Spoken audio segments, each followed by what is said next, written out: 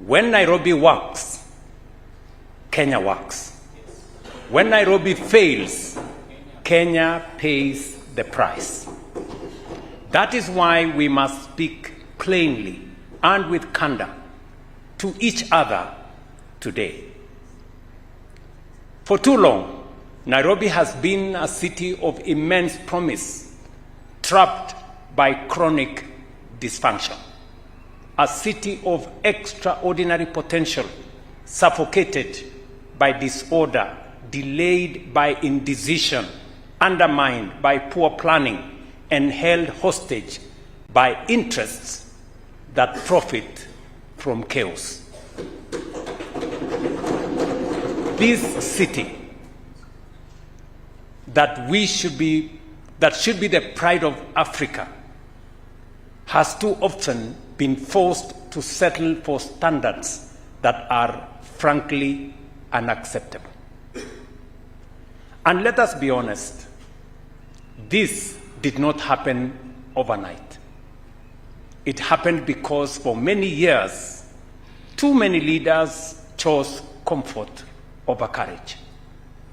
Too many people in positions of responsibility looked away when hard decisions were required.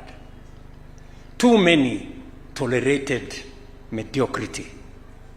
Too many postponed action. Too many chose political convenience over public good. And the result is what we see around us. A capital city where flooding still kills our people. A capital city where garbage too often defines our neighborhoods. A capital city where roads are congested, drainage is broken, sewage is overstretched, planning is weak, and basic order is too often absent. A capital city where too many residents still live without dignity in the very city whose labor, talent, and expertise sustain our national economy.